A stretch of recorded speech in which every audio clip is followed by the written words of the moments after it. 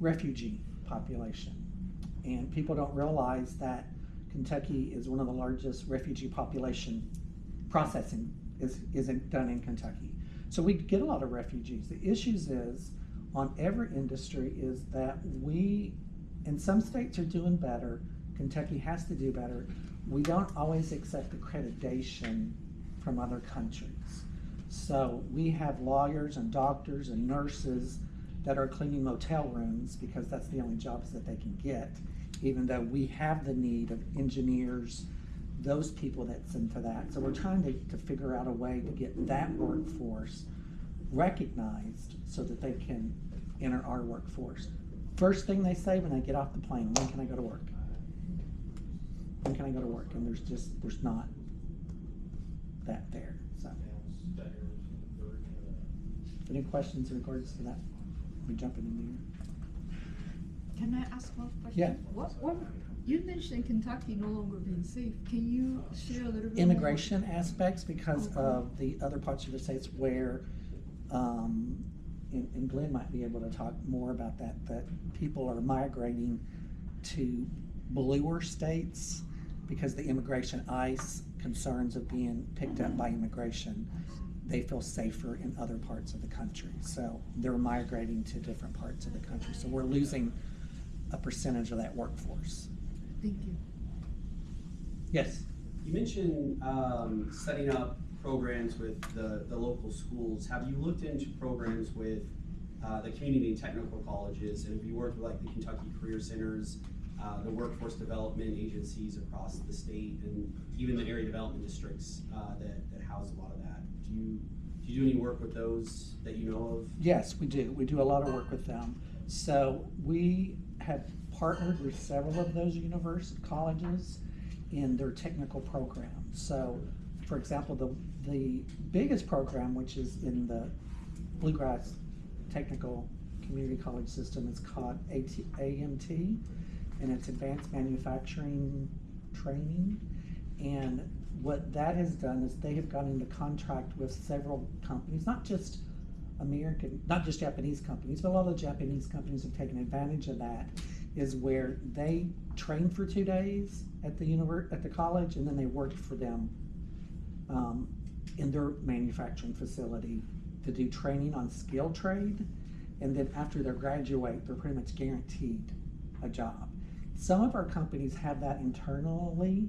So for example, when I was at Toyota, die manufacturing is very skilled trade, and they have an apprenticeship where they will train their internal people that's interested in the die manufacturing so that they can keep that there and keep the production here, because if not, then it has to go back to Japan to do. So like Georgetown does all the dies, I think they still do, all the dies for all the North American plants for their stamping equipment.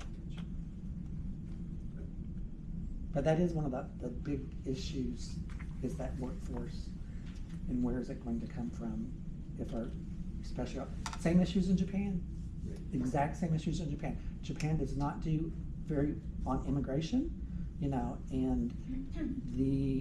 don't know if you've been to Japan in a while. During the daytime, they're all Japanese, but at nighttime, when you go to 7-Eleven, it's all international workers now. Our sister city for Lexington is Shinahadaka, which is the horse thoroughbred, which is in Hokkaido area. Here, our workforce that works on the farm is typically Hispanic.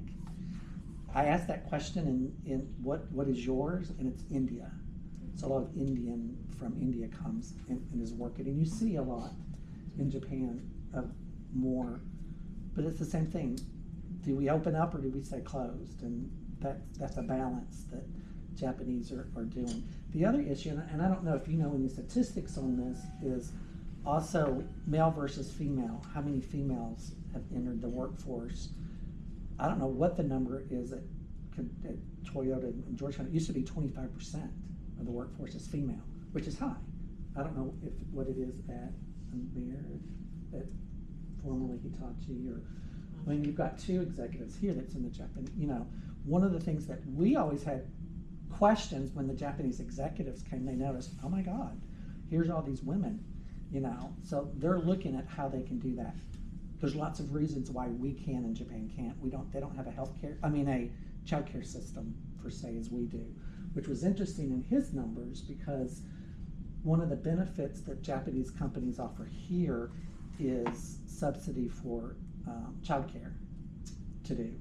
And that's culturally, that's not as easy in Japan, but they're realizing that that's something that has to change. So the government is setting up standardized daycare centers within Japan to do, but it's a big issue here in the US that we not the best at, but our Japanese companies are.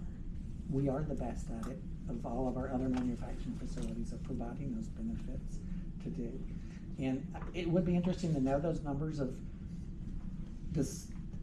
Even though our salaries seem to be higher, because of our benefit packages in our Japanese companies are much better than a lot of our competitors that's in that same field to do. So most all of our Japanese facilities, I know we hate to use that word union, are non-unionized.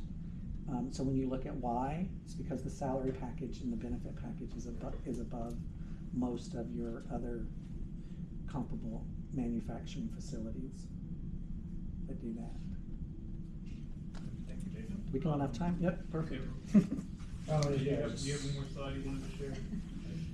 So it's taking well more than 10 minutes, I guess. So, yeah, I just wanted to share this page. It's about the hiring index. Like, as you feel, probably after COVID, hiring was the market was crazy, but now market is not. We say no fire, no hire. Market is not really changing. It's before COVID, the index as 100, now it's 106.8. So that's as of August last year. So probably right now is lower than that. So it's pretty close to 100. So now market is no higher, no fire. So yeah. Thank you.